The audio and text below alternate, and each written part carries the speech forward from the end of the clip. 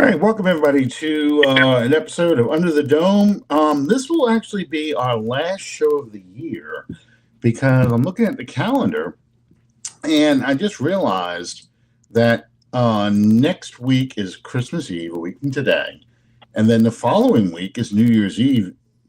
And I don't think you're going to be watching two guys on New Year's Eve. You should be out partying with your friends. Dick Clark doesn't even come on anymore. I don't know why. That came to mind. I'm like, watch Dick Clark, from the graveyard. Well, I had Christmas Carol on earlier, so it was a Ghost of Christmas Past. Yeah. Yeah. Do whatever you do on New Year's Eve, and I'm gonna watch my backyard and my front yard basically because I don't buy fireworks. I don't have to. Same they here. got enough. They got enough to blow up Gaza. Between my backyard and front yard. I mean, I just have to give my dogs tranquilizers because, especially the big one, because she fireworks really freak her out. She does not like them at all.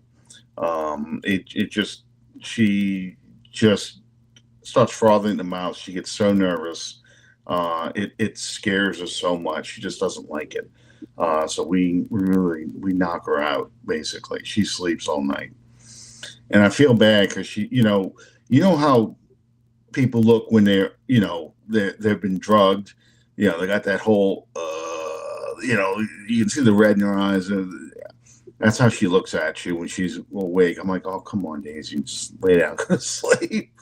You make me feel guilty because I got you knocked up on drugs, but it's the only way she can. The other way is just she loses it. She just cannot handle all those explosions. It bothers her so much. Shakes, Ariel, our old dogs. Luke would just ignore it, but Ariel would hide under the bed. We thought we lost her one time, and she wouldn't even respond. She was so far under the bed. I finally saw a little paw come out from underneath the covers, a la, I don't know, It or some horror film. So, and I know you got two small dogs. Well, two mid-sized dogs. Yeah, and this will be will this be their first? Since they were puppies, will this be their first New Year's Eve? It'll be Lola's first because she doesn't even turn one until the end of January. Olive's been through it a couple times, and she does the same thing as your dog. She goes and hides under the bed. She does the same thing when I watch a football game here because she knows what's coming. And they go in the back. They go in the back because they don't understand why I'm screaming. Right. Yeah.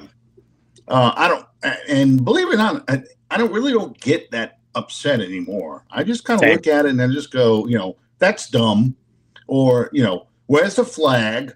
Especially when they do that to us and that kind of thing. Dante Fowler, I don't like, so I enjoy seeing flags getting thrown on him. Right, or I'm like, why are they wide open and our guys never are?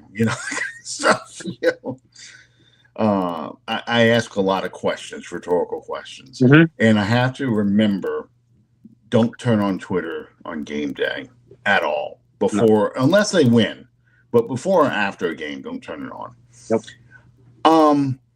So we'll talk about the Washington game and kind of talk a little bit about the Packers and the Raiders and Tampa coming up. The big news that came out today was two stories involving the Saints. Jameis Winston got benched in Cleveland. Big surprise. That's the Jameis experience. Yep. He threw, I think, 2 more interceptions or 3 more interceptions last week. Really struggled getting the offense moving at all. So they're now going to Dorian's DTR. Dorian Thompson Robinson. Yeah.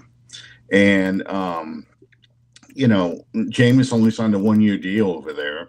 Mm-hmm. So it's highly, and then I saw a story saying that they have to, but they're going to bring back Deshaun Watson again because they owe him too much money. Mm-hmm. They can't afford to let him lose. So, Jameis is probably going to be a free agent again, looking for another team. Meanwhile, the Atlanta Falcons have now announced they're benching Kirk Cousins after 5 games of going 1 TD and 9 interceptions. And I tell you what, I tried watching that Raiders game for about a half, and it was a comedy of errors. At some point, I kept waiting for the Benny Hill music to come on and yakety sacks, especially like on that block punt and the safety and everything else was just gross incompetence by both teams. Tampa's going to win this division. Yeah. I think they're putting Penix in as a spark, but there's too many problems in Atlanta. Too much inconsistency. They find ways to lose games. And Cousins, while he's in a slump, there's a lot of dirty hands. There's no other way of putting it. There's a lot of dirty hands on a team that find ways to lose. If the Raiders were semi competent, they'd probably win that game. Speaking of semi competent, we saw 2 halves Sunday with Washington and the Saints. Jake Haener wasn't just bad; he was awful. He was Ian Book bad, yeah. Yeah, I mean, I didn't have very high expectations, but those sacks he was taking were just—it's like grabbing a guy out the stands and saying, "Okay, Make-A-Wish Foundation, here you go. You get to play quarterback in the NFL. Good luck." Because that's what it looked like. If a Make-A-Wish person got an opportunity to play in an NFL game as a quarterback, that's what you saw with Jake Haener. It was so bad, Rattler looked good. I mean, there's no other way of getting around that. Yeah, and that's no way to sugarcoat it. And the Rattler mob, wants to point to, he almost brought them back, and he almost this, and he almost that. You and I were talking pre-show. He made 3 or 4 good throws. I loved the one to MVS. I loved the throw to the thread the needle to Moreau to get them down to the goal line, because that was you look at that play, that was Rattler's 3rd read. He looked end zone, and then came down to Moreau, and he showed what tantalized you through college. Absolutely. The vision and the quick release and just zip on the ball. But it was an overall gutty performance by Rattler. But I mean, how could you watch that game through semi-sane eyes and think that it was a good performance? Even if you didn't watch that game and you just saw the stat sheet and you're a Rattler guy, you have to come away thinking these stats weren't that good. And 10 or 21. Yeah. And I mean, it's not all about stats. I'm the first to acknowledge that. But my point is, if you're a Rattler guy, the stats didn't back you up. The performance didn't back you up. The play-to-play performance didn't back you up.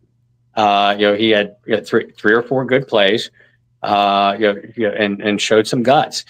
And like you said, Haener just played so bad that it made Rattler look good. Well, and I don't mean that in the standpoint of, I'm surprised Rattler actually looked decent. Because like you said, he tantalized you with what you saw in college and why he was a highly recruited player, and why when he got to OU, he was considered a Heisman favorite coming out of high school, going to college. And that's fine. But at the same time, you saw all the flaws in Rattler's game with inconsistent release point, bad mechanics with his feet. Dante Fowler made 2 stupid penalties, one a face mask that could have been a personal foul. The other one a personal foul. 15 yards, bailing the team out, getting the drive going. And then on that final drive, Kendre Miller, and I'm going to talk a little bit more about Kendre Miller in a minute, but Kendre Miller really ran so hard and was so quick out of the hole, and Washington did not look prepared for it at all. He really was who got them down there.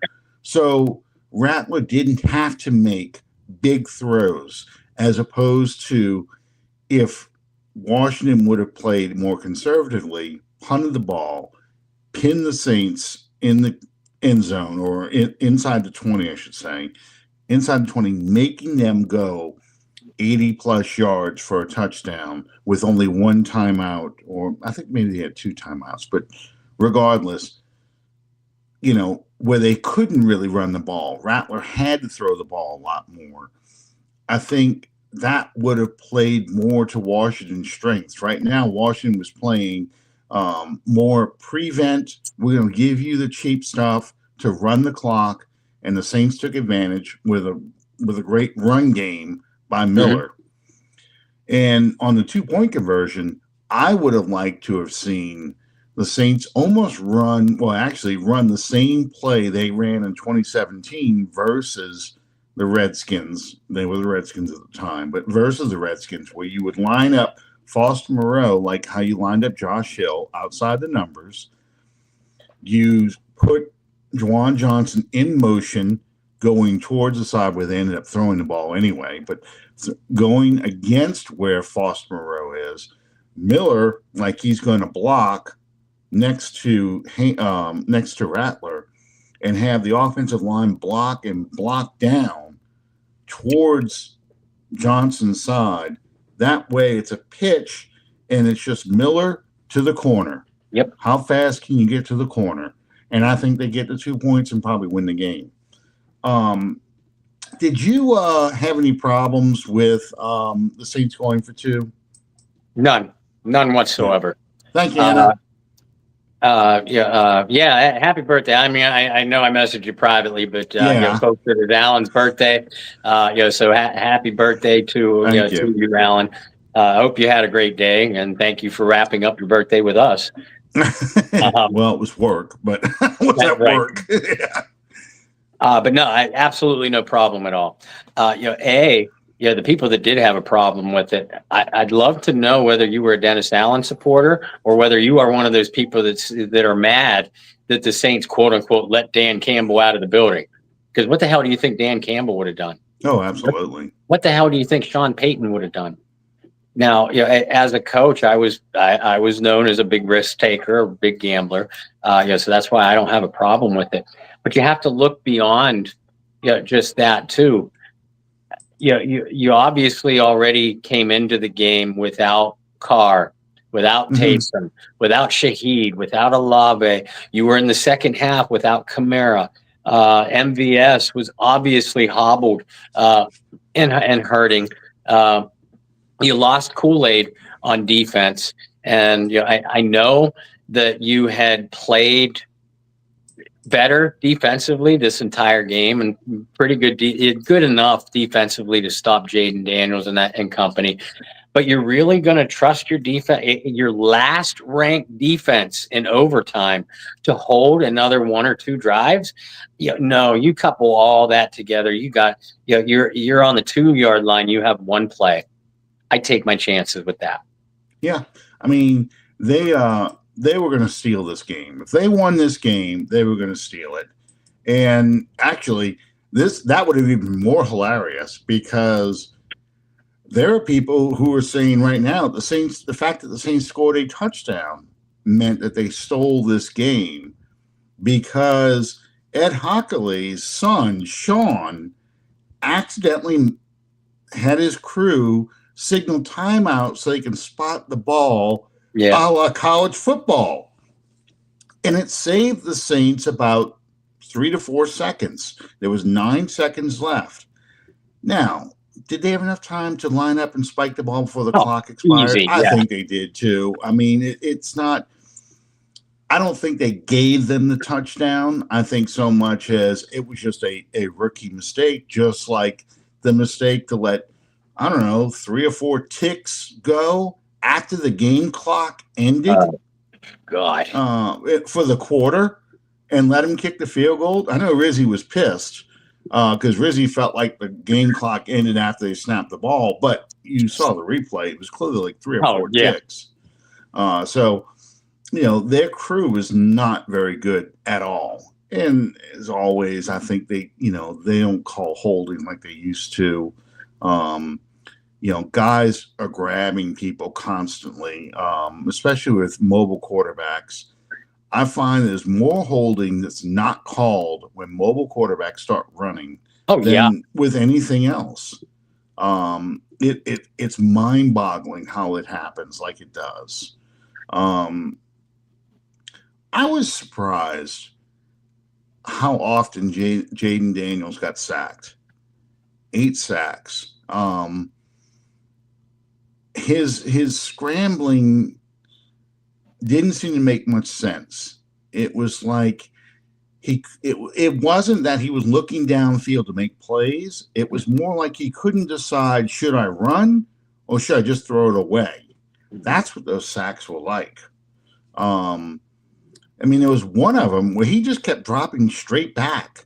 Yeah. And the guy's in his face and he's like trying to push him away. And the guy's coming at him like, this is, it just didn't like a veteran, and he's still a rookie, I get it, but didn't like a veteran mobile quarterback move. Like, what did you think was going to happen? Did you think you were going to push stiff arm a guy away so you can throw the ball? He was watching the rush more than he seemed to be looking downfield. Mm-hmm. So that was odd, and the Saints really got bailed out by just being off by inches on those 2 wide open throws. Yeah. That was horrible. That was, horrible for Washington. Horrible defense by us. I don't know what Alontae Taylor was thinking, especially in the second one. He just kind of sat on nothing. He sat on a route like he was looking to see he was going to throw it short, but I don't know who to. There was nobody even in the area. No. Maybe he took it upon himself to be a spy. But before you do that, you better have some awareness and make sure that you have safety help over the top. And he didn't. No. And they were damn lucky neither of those passes connected. Because if either of those passes connect, it's 27 or 34 to 10, 7, 13, whatever it ended up being. There is no comeback. Nope. Because they're safely over the threshold. The other funny thing, and I mentioned this in the tease for the show, the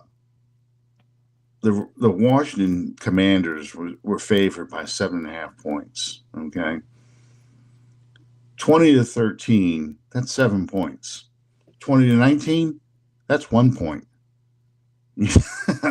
I'm not saying I'm not saying it's a conspiracy, but sure looks rigged. It's all about 1-score games. I get it, but I think that's what the league aims for more than anything else. But still, I'm just like, it's kind of funny that it just kind of worked out that way.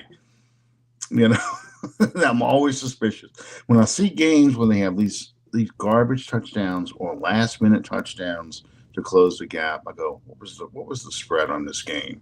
Did they beat the spread? Oh, they beat the spread. Look at that. Yeah. The house always wins. Or who got the garbage touchdowns? Are they big fantasy players? Stuff like that. Yeah, it's the Goodell world that we live in, my friend. Well, I tell you what, my daughter was pissed last week because Cooper Kupp got 0 receptions. And she's like, if you're not going to use him, send him to the Saints. She's so funny when she gets like that. But she's right. Everything was Nakua, and I think she was playing Nakua, and that was pissing her off even more. So, she's just like, you got to throw at least one pass to Cooper Kupp. But it's it's just odd the way that game just kind of unfolded the way it did. Um, if you were to pick a star of the game, who would you pick as your star of the game? Truthfully, probably, and yeah, you and I were both really impressed with Kendry Miller, but Hmm. I would go with Cam Jordan or Chase Young. I thought both of those guys played outstanding football. Yeah, I agree with you. The 8 sacks is misleading. Because two of them were more runs. Where Hmm. he stepped out of bounds. At the line of scrimmage. And then another one or two. Was just him couldn't decide. Couldn't make up his mind whether he wanted to throw or run, so he did neither. But yeah, the Saints still got good pressure. From Cam, from Chase, from Granderson, from Brissy. I thought as a whole, this was probably the best game the defensive line played, Oh and I'm yeah, including against the run because I thought Robinson would run all over them. And they really kept absolutely. him in check. So yeah, my MVP, if I could give it to the entire defensive line, I would. If I have to go one player, I'm going to go either Cam or Chase. Because those two guys and Brissy have played really, really well. Not coincidentally, since Todd Grantham was removed and Brian Young was put back in on the defensive line. I was going to talk about that in a minute. Yeah, Todd Grantham, we've now been excised of that curse. He is gone, and I am so glad he is gone because I'm not a big Joe Woods fan either. No. But Grantham, I was just like, man, this guy is so bad. He is so bad. Um, and I just felt like he hamstrung our defense. Now, people freaking out, they're like going, yeah, because you got Chase Young dropping off in coverage, and you got, Granderson dropping off. Everyone does this. Yep. Every defense does this. It's not. It's a spin off the old zone blitz. Yep. It's just what they do. It's designed to take away hot routes and quick reads when they read a blitz coming. That's all it's for. And people do it. That's not what my problem was. My problem was I felt Grantham had them in a read and react mode more than an attack mode. Mm-hmm. And to me, it's no coincidence that guys like Brzee and even Chase Young and these other guys are attacking more. Yep. And that's why they're getting the sacks.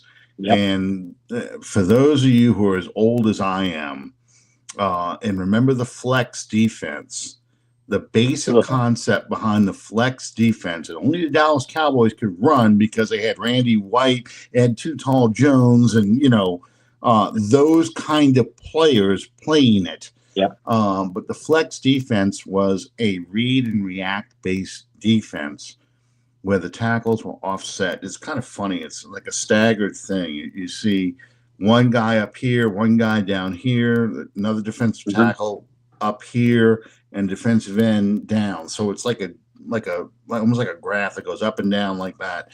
But it's a read and react based defense designed to react to traps and pulls and sweeps to take away. It was invented to stop Lombardi's Packer sweep.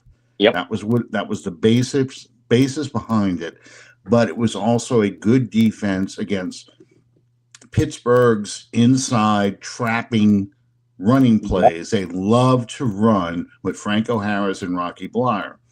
Well, it works great if you've got the defensive tackles and giant defensive ends like Ed Too Tall Jones who can do that.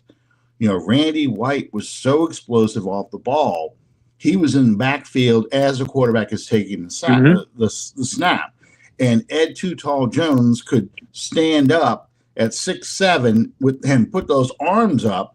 He's taking away a passing lane because he's got this huge wingspan. So it worked great for them. Yep. And the Doomsday defense, when they had the Bob Lilly. Thank you. Bob Lilly. When they had Bob Lilly was such a massive human being. He was just as explosive as Randy White.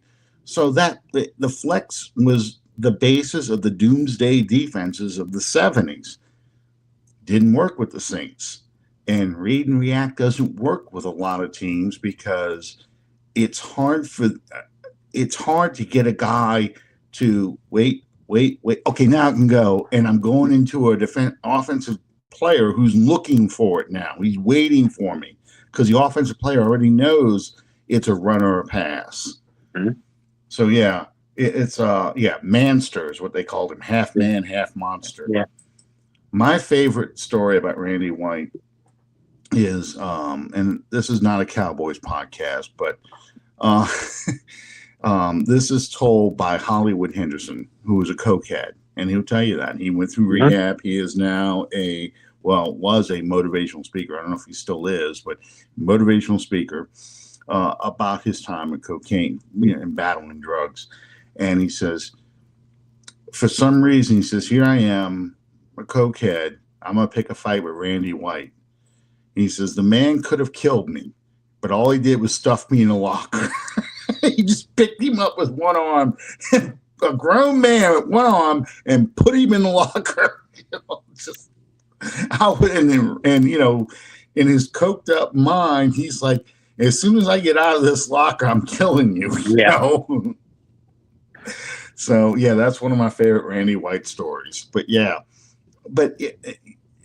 I'm just saying, it's hard to get into that kind of mindset. Then you add now compared to the 70s game, it's even harder for these guys not to get that head start to jump on an offensive lineman to get off their blocks or beat their blocks with a move or with their hands and get to the quarterback. To me, it's no coincidence that Cam Jordan's even having sacks now. Yep. Now that Grantham's gone. So, it is coaching makes a difference in this case. Mm-hmm. Yeah. And, I'm working on an article, highlighting exactly that, the defensive line difference.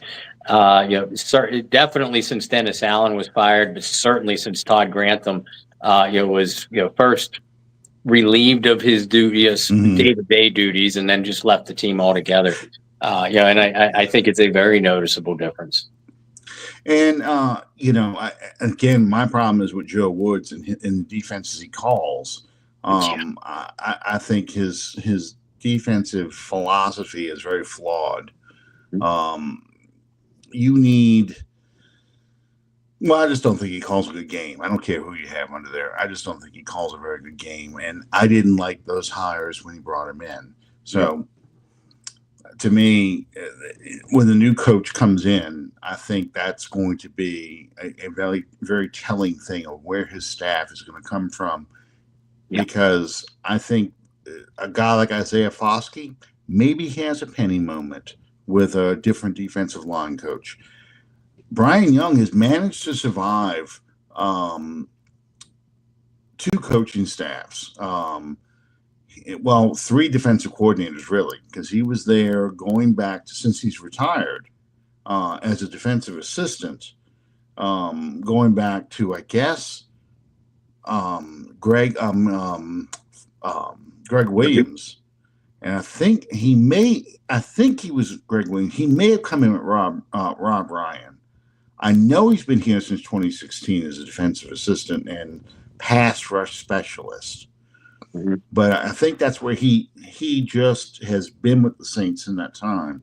And I would like to see him continue because I think his role has helped get, guys to play better as pass rushers.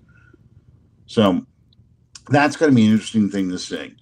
Kendre Miller, I liked what I saw of him, but it really bothered me that Kendre Miller didn't start getting touches until after Kamara got hurt. What is your take on this? Why do you think he's getting so few touches? Is it a fear of injury again? It might be. It might be over-reliance on Alvin Kamara, which is easy to do when you have someone like Alvin Kamara and you are lacking pieces like Taysom Hill, Chris Olave, Rashid Shaheed. It's easy to sit there and say, okay, I know what I have in Kamara. I know he's reliable. I know he has been productive no matter what kind of bullshit chaos is going on around him. So it's easy to just keep falling back on that. Meanwhile, Kendra, because Kendra has missed so much time, he's still sort of an unknown commodity, especially to Clint Kubiak. It's one thing that Kendra has missed a whole bunch of games this year, but remember, Kendra missed every minute of training camp, every single play but one. So Clint is still getting to know Kendra Miller. So there might be some fear of, I don't want to get this guy hurt again. But I do think it's probably more likely. I know what I have in Kamara. We need to generate some sort of offense, and I know this guy can do it. 41 can do it. As opposed to, I don't really know. I like what I've seen out of Kendra, but I don't know how much he can really do. Sort of situation. Yeah, because to me, Kendra was the more productive back Sunday. The last 2 weeks. Yeah. And the last 2 weeks. And I just feel like defenses, whenever they see 41, they're like, I don't care who out there can beat us, but it's not going to be 41. Mm-hmm. We're not going to let 41 beat us in this game. So every time he touches the ball, there's just a swarm of people around him. And hell, if you or I were defensive coordinator, we'd go in saying the same thing. We'd go and say, you got Cedric Wilson, Marquez Valdez-Scantling, Juwan Johnson, Foster Moreau, Jamal Williams. Yeah, I'm going to take my chance with those guys. I ain't going to let 41 beat me. Yeah. And it gets frustrating because I just feel like if you put Kamara out there as a receiver, that just changes the way they have to defend. They can't put 8 and 9 guys in the boxes, which they've been doing with Kamara in the backfield. And if you start out Kamara in the backfield and he goes in motion to a receiver position, you can just see the defense all following him there. And to me, if you just start him out there to begin with and then, have Kendra in the backfield, it just gives him an extra incentive to, hit that hole quick, get to that second level, and we'll see what happens. And we'll just move those chains. And that's all that needs to happen with this offense. Stop putting so much pressure on the quarterbacks to make plays. And with wide receivers that wouldn't make most rosters in the NFL. No. I mean, we were talking on X about tight ends, and I was watching Brock Powers last night, but just for this team to have a high functioning tight end, because I think you've got functionable tight ends with Moreau and Juwan Johnson, but they're not difference makers. No one is scheming to stop these guys, and most of the time you throw them the ball, it's a 50-50 chance they're going to catch it. Foster has made some incredible catches. Don't get me wrong. He has made some one-handed beauties out there.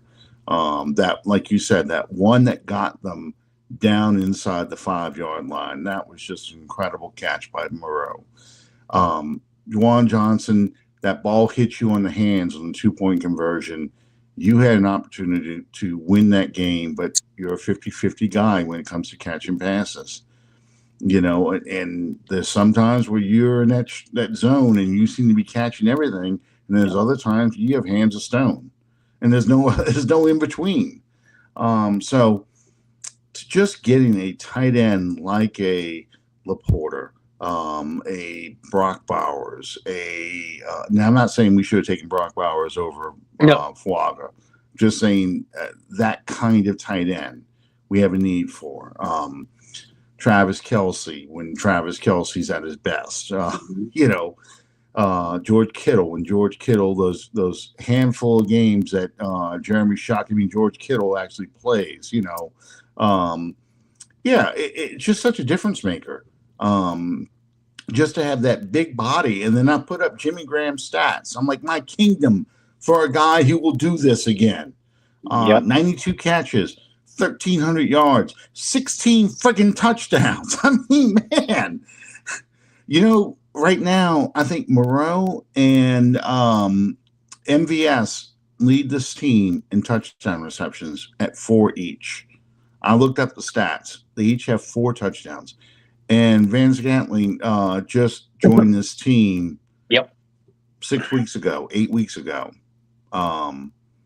So yeah, I mean, and that's not knocking Shaheed. Shaheed was on a streak for a while there. Mhm. He had 3. He's got 3 of them, but he's hurt. He's been hurt since week 5, week 6. I think he got knocked out for the year.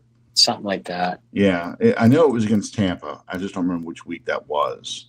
But yeah, I mean, yeah, there's a lot of possibilities with our first round pick. A lot of people want to take a quarterback with the first round pick. I can't go there right now because I feel like there's 2 guys that are clearly 1-2, and that's going to be Cam Ward and Sanders. And I think with the Giants and the Raiders picking ahead of us, they both need quarterbacks. Clearly, they don't have a quarterback. The Raiders probably cut Minshew, and the Giants have already cut Daniel Jones. Mhm. So there's your quarterback's going right there. Yep. And after that, it's Jalen Milrose, probably number 3. And where he falls depends on how much risk you want to take with a guy. So I'm honestly looking at defensive tackle and defensive ends as the first round pick. I know people are like, oh, not again. But it has to be again because you don't have a difference maker there in either spot. Right. We were just talking about Ryan Robinson probably having a good game against us. It was Washington's decision not to do that. Yeah. This Sunday, we're playing Josh Jacobs and the Packers. That offensive line is a friggin' machine, and they're just going to turn Jacobs loose on it. It's supposed to snow. That we get an Arctic front coming through this weekend. It's going to be below freezing. It's the frozen tundra. Unfortunately, my bucket list. I know people think I'm crazy, but I wanted to go to a Saints-Packers game in Lambeau Field in December just to say I did it. I was there to watch, a game on the frozen tundra, the whole bit, because if you're there in September, you're not really there. It's like you're there, but it's not. It's kind of like, I don't know what it is. And, and I don't have a coat for that. I'd have to go buy a coat if I was going to do that because I used to have a coat, but I don't have a coat for that kind of cold. There is no coat for that kind of cold, Alan, but I see what you mean. I do. Yeah. I understand what you mean. Well, New Orleans coats are more or less designed for appearances. They're not designed to cut, to protect you from the wind. No. They're not actually designed to keep you warm because it's for looks. It's like, when they advertise they're selling wool suits in Louisiana, wool suits for 70% off. I'm like, yeah, because nobody's crazy enough to wear a wool suit around here. You put on a wool suit, you're going to find somebody dead in a puddle of sweat in December. They're talking about after this Arctic front we get through, it's going to warm up again. And I think my weather thing threatened it's going to be 72 degrees on Christmas Day.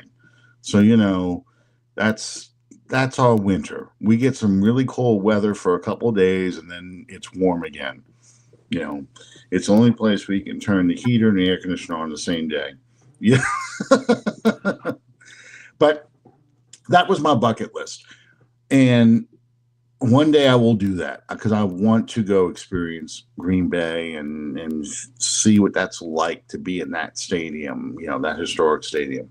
And I think this game Sunday, or Monday night, I should say, is going to show that we need a defensive tackle in the first round. A defensive tackle, a stout guy who can tie up blockers and help stop the run. Yep. Because Josh Jacobs, I think he's just going to run all over us. Yep. I really do. If he's on your fantasy team, start him.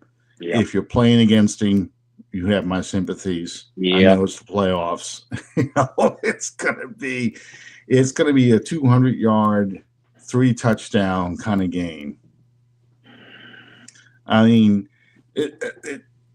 I've been talking for a while, but how do you see this game playing out, the Packers game? 100% agree. And I've actually told people the last 2 weeks, if you have Brian Robinson, play him. Hell, if you had Tyrone Tracy of the Giants or Devin Singletary, play him. Now, to the Saints' credit, they've defended the run a lot better in the last 2 weeks. But to your point, especially Washington, the Giants too. They got away from. They did not commit to it, either team. The Packers are going to commit to it because, like you said, they like to play bully ball, and you still see a Saints defense that gets pushed around the field more often than not. I know everybody wants to talk about Jordan Love because it's a quarterback-driven league, blah blah blah. When the Packers haven't been able to run the ball, which hasn't been often, but when they haven't been able to run the ball, they've struggled. But they do like to play bully ball, and on both sides of the ball. Everybody likes to talk about, we'll just focus on the NFC for a second. Everybody likes to talk about Detroit and Philadelphia, and they're damn good teams. And here come the Rams. The Rams are hot, and they are. The Vikings, who I still believe are overinflated and maybe one of the luckiest teams I've ever seen. Nobody's talking about the Packers. And I have if I'm ranking my NFL top 5 teams right now, I got the Packers 5th. I got Bills first, Lions second, Eagles second, Lions third, and then 1, 2, 3. I really feel like they're 1A, 1B, and 1C. Then fourth, I have the Chiefs because you're playing Mahomes, you're playing Reed, and you're playing the refs. But nonetheless, they find ways to win. The Chiefs they do. And then 5th, I got the Packers. I think the Packers are the better team than the Vikings. I think the Packers are the better team than the Steelers, than the Ravens, the AFC playoff teams. I don't think that, and it shocks me because the media loves to hype up Green Bay. But when the subject of Green Bay comes up with the national media, all they ever want to talk about is Jordan Love, the successor to Aaron Rodgers. Look a little bit closer. They got a damn good defense. They got a great offensive line, like you said. And Josh Jacobs, you and I loved Josh Jacobs when he was with the Raiders. Now that he's on a real team, he's the kind of back that can carry you through the playoffs and into the Super Bowl. It's funny. I was going to say Josh Jacobs. Derrick Henry's kind of cooled off a little bit, but I think Josh Jacobs and obviously Saquon Barkley, who I think deserves the MVP, they've both flipped the script about running backs and how disposable running backs are, because those two guys are really carrying their teams right now. Yeah. Detroit is in big trouble because Detroit speaking of running backs, just lost Montgomery for the season. I think that's the 16th player they've lost for the season now. Yeah. Most of them are on defense, but like you say, and I love Jahmyr Gibbs, but Jahmyr Gibbs is kind of like Alvin Kamara was to Mark Ingram. And without Montgomery, there's Jahmyr is still going to make plays, but he's not your bell cow. He's not the guy that you want to get 18, 20 carries a game. That's Montgomery. So I'm interested.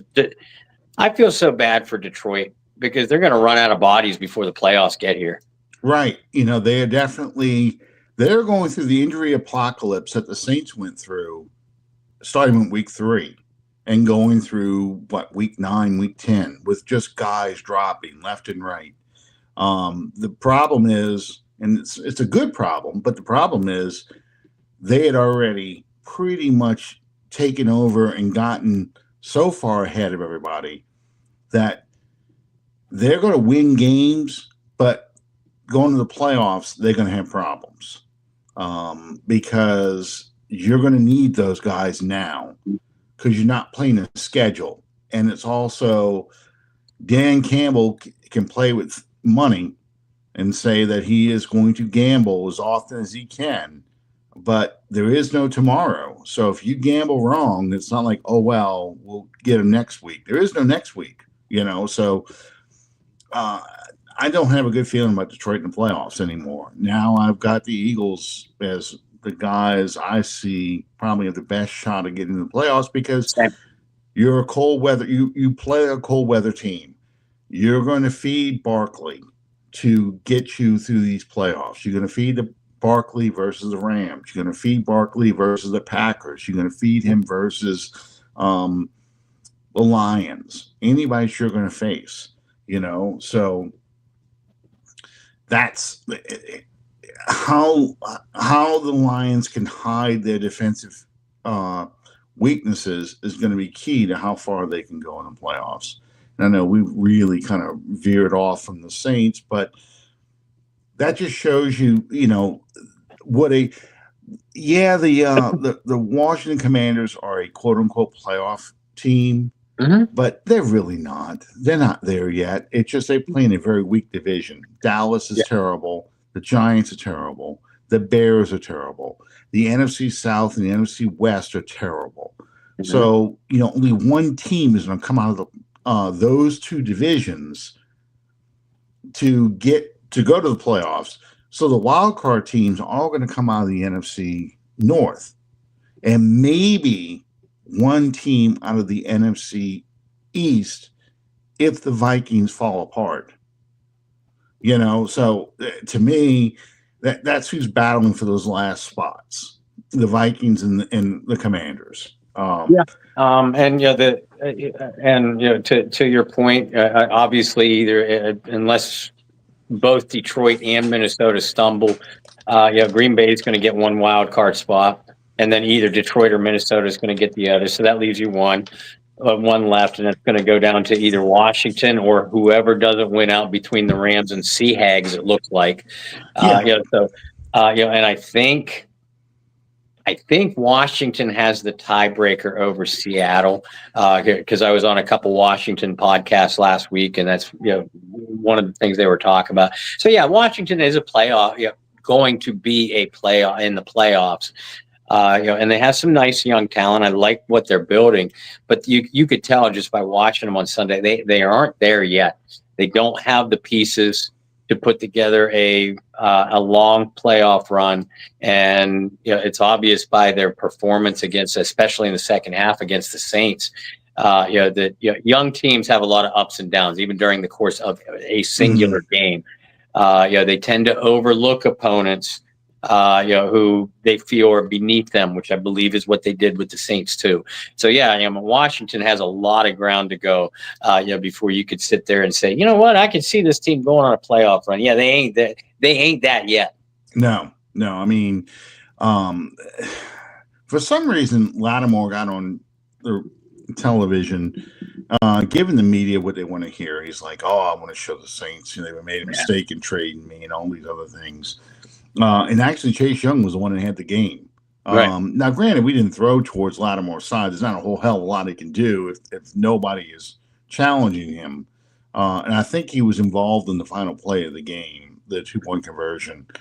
But, and which is the other reason why I wanted to go to the play that we did against the Redskins in 2017, because that would have meant Foster Moreau was blocking on Lattimore, and that would have been rather entertaining for him to give up the 2-point play that cost him the game. Yeah. And I have no ill will towards Lattimore. I just thought it was a stupid thing for him to say, because it's like, dude, you got to go to a playoff caliber team.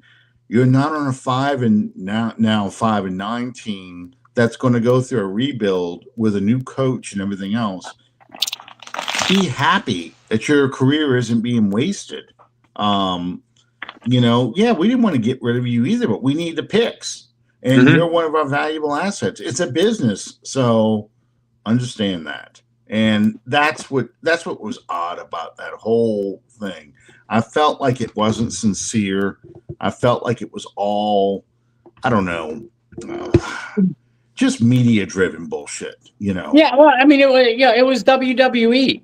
Yeah. WWE, like, you and I are very good friends, but we have a pay-per-view steel cage match coming. So now, I hate your guts, and I'm going to get revenge on you for you saying this years ago, and you disrespected me.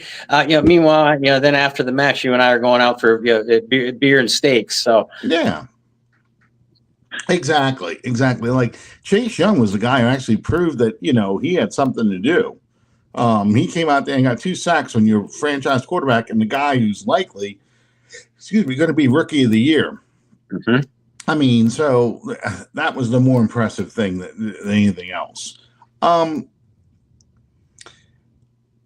Looking, since this is going to be our last show of the year, let's look at the Raiders game. I think we're probably going to be wrapping up with the Tampa game. And there's not much to say about the Raiders, but Desmond Ritter looks awful. I think that's going to be a game where it's another 8-sack performance because the Raiders are just, and Max Crosby's out for the year. I did not know that until last night. I was like, whoa, Max Crosby's out. Like that's the entire Raiders pass rush. So, I mean, it really is. The Raiders were a grand total of 3 players. They were Josh Jacobs, Max Crosby, and Devontae Adams. Yeah, thank you. That was it. And all 2 of the 3 are gone. Max Crosby would like to get the hell out of there. I know. Talk about a guy who would like to be back, with a playoff team because, he is just he's kind of like T.J. Watt with the Steelers. I mean, he's a one-man wrecking crew. Mm-hmm. And you put him on a team where they got to account for somebody else. Yeah, he's going to be a force of nature out there. He's going to do some damage. So, I mean, to me, here's how I see it. And people can take this for what it's worth. This week, Rattler's going to get the start. I know they're going to be coy and everything else, but Rattler's going to get the start. And it's going to be that whole evaluation thing. I think Rattler gets his head caved in, because the Packers are not Washington. Packers are a better coach team. They've got a lot more talent than Washington. We just got finished talking about the playoff scenario. The Packers are looking at the Lions coming back to earth. They're seeing an opportunity to win the division. Yeah. So if they can win the division, they're going to need that by beating teams like the Saints and winning out the rest of the games. If they can do that, they like the idea of playing most of the games, playoff games in, Grant Lambeau Field. Yep. So, yes, he did. That was the funny thing, though.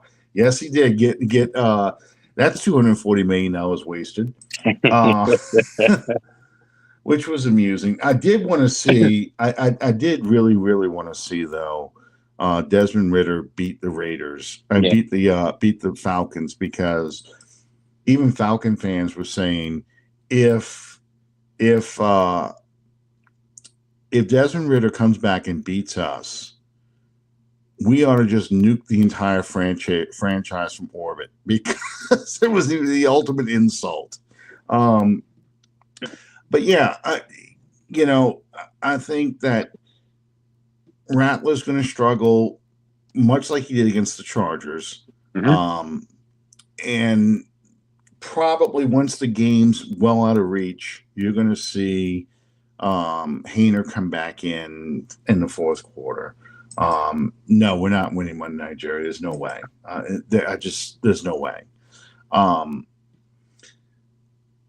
So the interesting thing will be, because Carr is talking about wanting to play again this season. And I know the game he wants to play is against the Raiders. That's the game he wants more than anything else. He's had that game circled since the schedule came out back in April. Yep. So he's going to try and figure out a way to play in that game. If Rattler plays as badly as you and I think he will, does Carr play that Raiders game? Do they figure out a way to get him out there? I'm afraid that they do. Yeah. And I mean, look, it's so counterproductive to everything. Whether Rizzi or for that matter, any of these coaches are retained into next year. Mm-hmm. You as a franchise, Loomis is unlikely to go anywhere, and a lot of that front office is going to remain. So, you're still going through an evaluation process. Yeah. You know what you have in Derek Carr. Whether you're going to get rid of him this offseason or you're not, and Saints fans, they're not. There's no reason to play him. You don't know what you have in Spencer Rattler. You don't know what you have in Jake Haener. Evaluate them. Kool-Aid McKinstry. You mentioned Isaiah Foskey. Mm-hmm. Kendry Miller. You don't really know what you have in these guys. Play them. To get off quarterbacks for just one quick second, Kamara's 50 yards shy of 1,000. Yeah. He's not going to play against Green Bay because two things you do not mess around with in cold weather are groin injuries and hamstring injuries. So Kamara is not going to play on Monday, but they do want to get him his 1,000. He wants his 1,000. That means a lot to him. It really does. So I think, Kamara we'll see before the end of the year, but not Monday night. Carr, again, there's no reason to, because you know what you have with them. You don't have a full offense anyway. What more or less are you going to see from Derek Carr than you don't already know? The only reason why you're playing him because you think he gives you the best chance to win, and he wants that revenge game. But he wants it. But you guys, the franchise, you don't need it. I'm not saying lose on purpose. I'm not saying any kind of bullshit like that. But you have absolutely nothing to gain by playing Derek Carr, win or lose. You have everything to gain and nothing to lose by seeing what you have in Jake Haener and in Spencer Rattler. Do either of us believe that either Spencer or Jake are anything close to a franchise core? No, absolutely not. But guess what? We could be wrong. And unless the Saints, again, front office people are saying, you know what, these guys are not in our future plans as a starter. Then at that point you say, Derek, if you want to play, you go ahead and play. You knock yourself out. But I truly believe that again they don't completely know. The book is still out on both Spencer and Haener, probably more Rattler than Jake. So like I said, you have absolutely nothing to gain by playing Derek. I know he wants to beat the Raiders. I get that, and I understand why. Believe me, I understand why. And if he were 100% healthy, you do keep him out there. But he's not. He's not. You play Rattler unless Rattler's hurt, or you play Haener unless Haener's hurt. Unless you guys think that the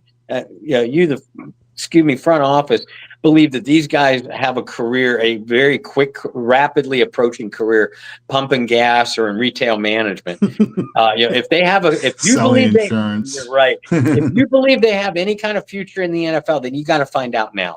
Because like I said, you're evaluating, maybe not for your jobs this offseason, but you need to find out what kind of young core you have.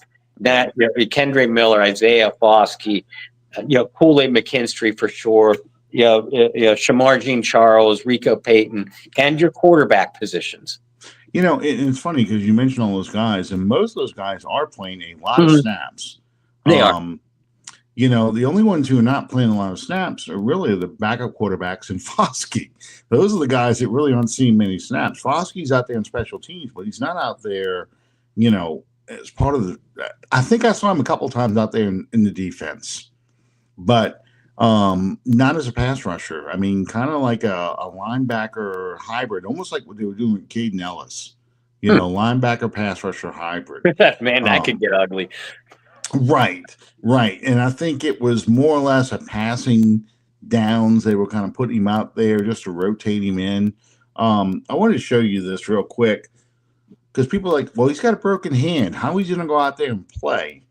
I don't know how many guys can see this. Let me see. Can you? Yeah, you can see this pretty good. Yeah, yeah, You remember this? I do. This is Steve Steve DeBerg. DeBerg. Yes. This is 1990. He had a pin in that pinky on his non-throwing hand. Um, and it's wrapped right now. I can't find the picture anymore of the actual pin sticking out of his hand, but he had this pin that stuck about, I'll move this way, a pin that stuck about that far out of his pinky. And they said, he was taking every snap with that ball smacking into that pin the whole time. And that was a playoff game. That was against the Dolphins in 1990. They won that game too, I believe. Yeah, I believe he had Blue Marina. Yeah, I think he did. But the people, the car haters are saying, well, he's a blankety blank because he's not playing. The injury's not even on his throwing hand. Yeah, okay. How are you going to take the snap? Yeah. How are you going to take the snap? Well, it'd be different if you were an offense like Washington or Baltimore, where you're taking a lot of things on the shotgun. The Saints like to do a lot of their stuff under center, unless it's a Taysom Hill play. Unless you're going to modify your offense for Carr to take snaps out of the shotgun, then you're beating on that pinky. You're beating on that hand more. And again, you have nothing to gain from it. Right. It to me, the only way they can really make it work is they're going to have to put some kind of soft cast around that hand to protect it so the ball's not smacking against it, to stabilize it, but he still has, he can still move his fingers in it. And I don't know how you do that because I don't know where it's broken. I don't know if it's broken here. I don't know if it's broken up near the knuckles. I don't know if it's broken down by the wrist. I don't know where it's broken. I really don't. And, to me, that makes all the difference. If it's broken like right here in the middle, this part here, you can't close. Yeah. You end up holding your hand like this, and you're going to make that guy snap the ball, and you're basically using his hand. I got to go my camera's this way. You're using his hand like a guide. Yeah. You're pushing into your throwing hand, and you're just using this thing as, Jack Kemp broke his finger one time, and he took a football and it was this finger here, the ring finger, and laid it across the football and said, "This is how I want it fused." So it's in that position. I remember. And that's kind of what you have to do with his hand. If it's broken here, you kind of have to fuse it almost so it's curved like a hook. Like for those of you who are old enough or remember SpongeBob with the episode with the guy with the spatula for a hand. Yep.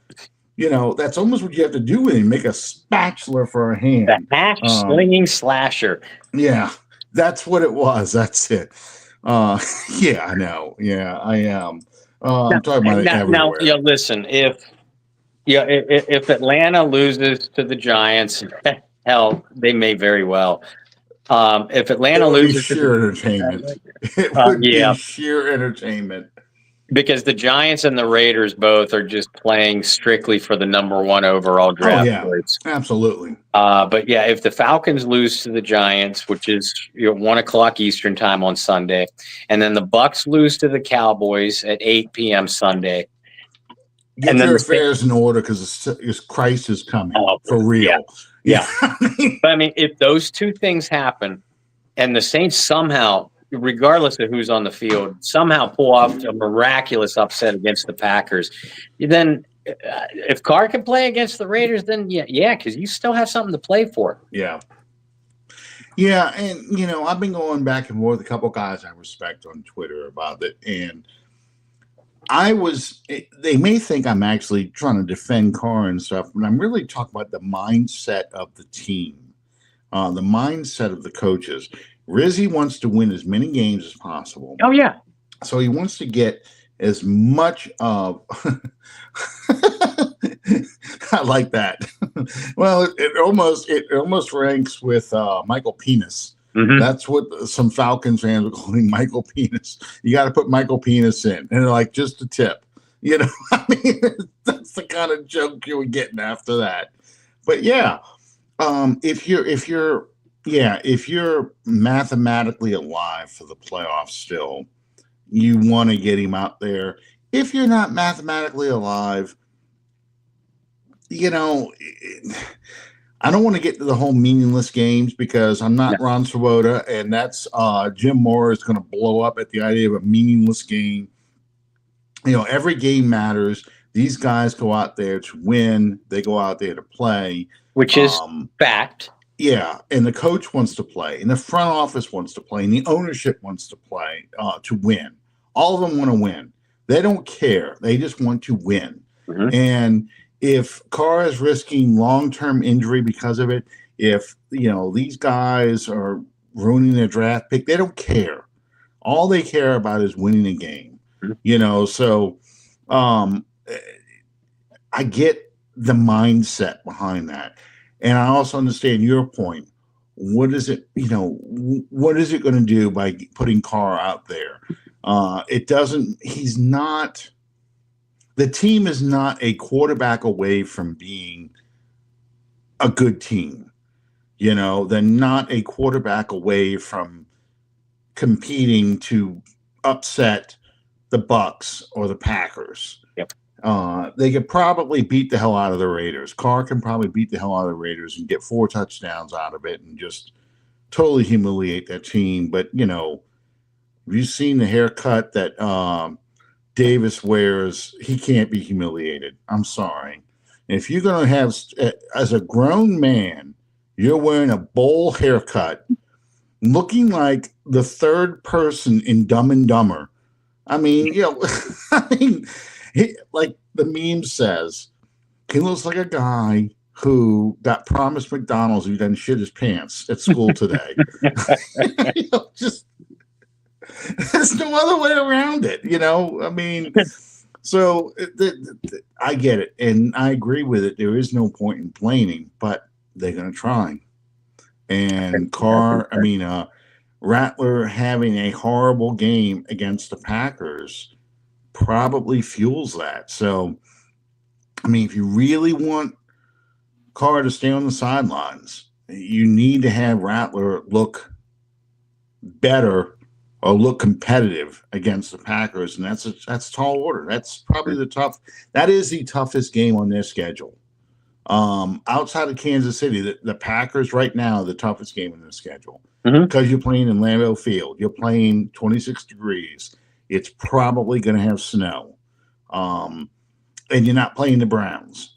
You're playing the Packers, So, yeah, it doesn't.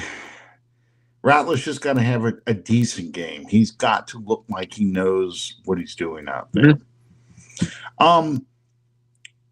You have Bayou Blitz this week. We do, but not tomorrow. We had some scheduling conflicts, so we had to move it to Thursday. As we're going to run Thursday, 8 p.m. Central.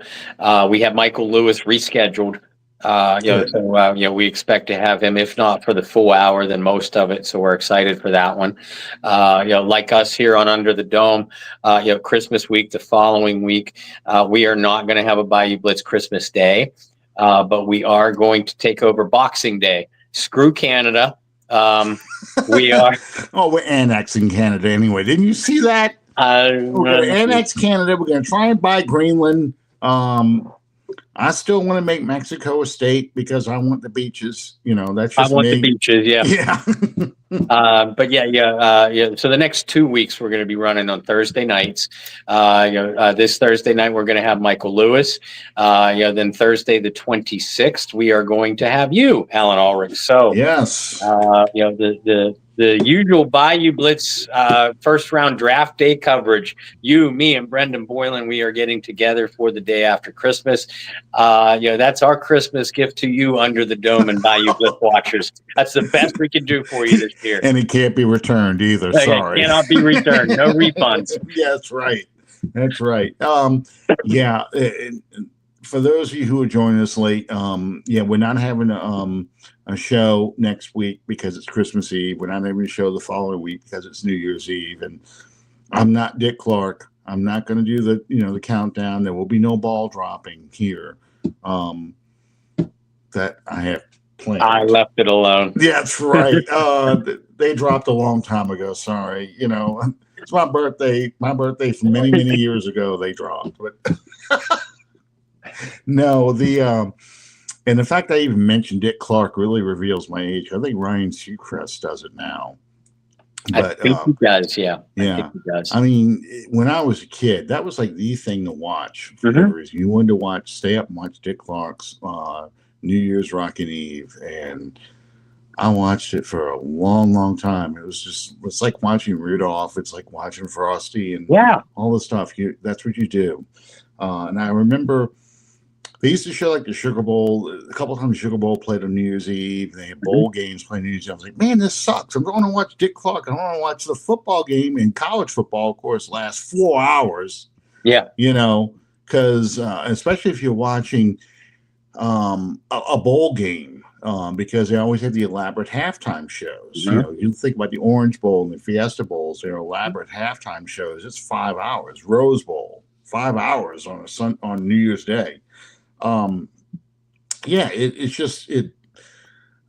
was unusual. The one year I saw Sugar Bowl on New Year's Eve, but so there's no bite. I mean, there's no bite Under the Dome the next 2 weeks.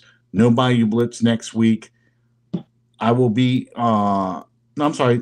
It's the 26th. Yeah. No Bayou Blitz on Christmas Day. Bayou Blitz on day after Christmas. So. And I got to assume we'll probably do the same thing the following week for New Year's Day. No New Year's Day, and we'll run either Thursday the 2nd or Friday the 3rd. I haven't talked to Brendan about that. I didn't even think about New Year's Eve until you text me and you said, we're not going to go Christmas Eve or New Year's Eve. And I'm like, well, I know we're not going to go Christmas Day. I assume we're not going to go New Year's Day, but who the hell knows? I don't know. Well, it's bowl games. I mean, we were just talking about the Orange and Fiesta Bowls. Those are bowl games that are going to be going on that night. Now it's college playoffs. And honestly, that's the first time I really pay attention to possible draft picks, unfortunately, in bowl games. And half the time they don't even play. Like, it has to be the playoff game anymore. The playoffs. Right. It's just the bowl games today versus the bowl games from the past was just like night and day. Really is. And I miss it. It was that no matter how hungover I was, or in a lot of cases still drunk, I'd watch the Fiesta Bowl, the Rose Bowl, depending on who was in it, because I hate so many Big Ten teams. But the Fiesta Bowl, the Orange Bowl, the Sugar Bowl, that was a New Year's Day tradition. Yeah.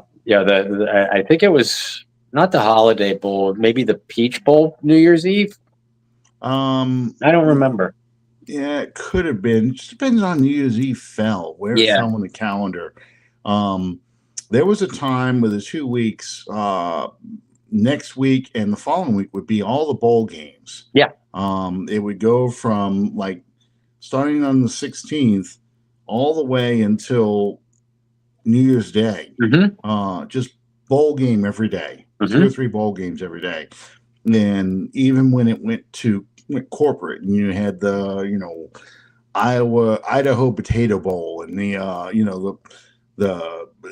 I can't even think of the names of these things anymore, but some kind of Pullman Weed Eater, AT&T Sprint Bluebonnet Bowl. Yeah, that kind of stuff. You know, you'd have all these bowls, but you would have these bowl games all play in, and ESPN seemed to have them all. So they play. It's the most wonderful time of the year, and it'd just be a bowl game every day.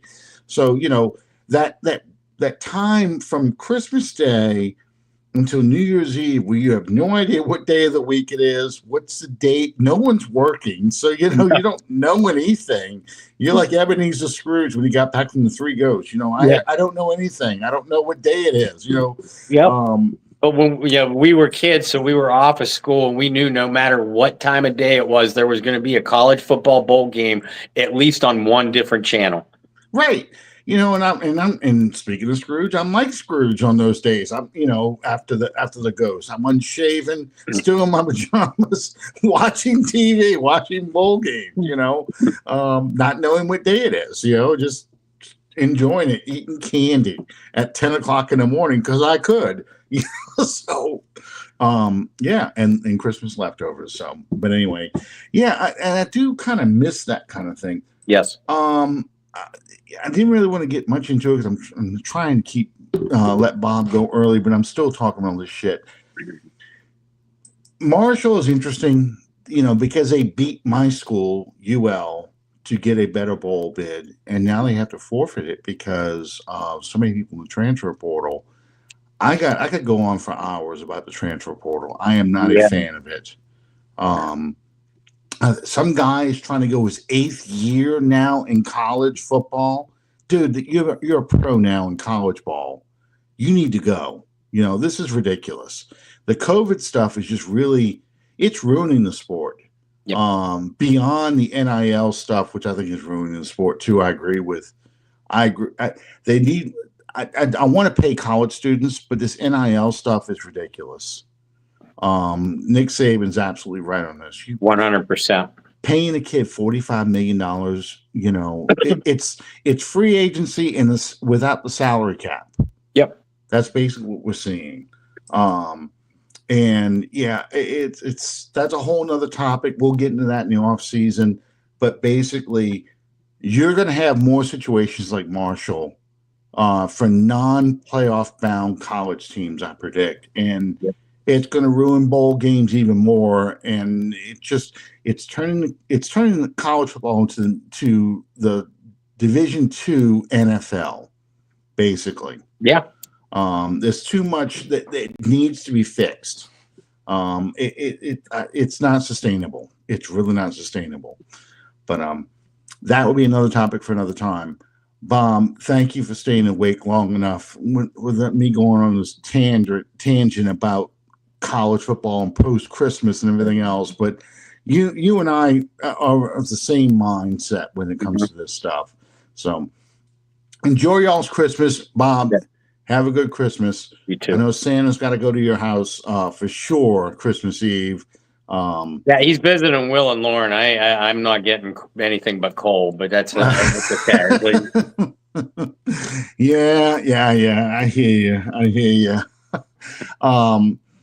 And then you got the baby New Year's dropping the next week. So I will see you the day after Christmas. You guys check out the Bible Blitz this week.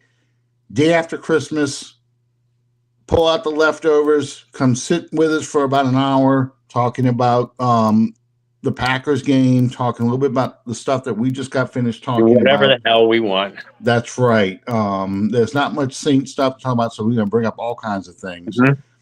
In the meantime, thank you guys. You have a Merry Christmas and a Happy New Year, and we'll see you. I will see you on this show next year, but Bayou Blitz, December 26th. Good night, everybody. Good night.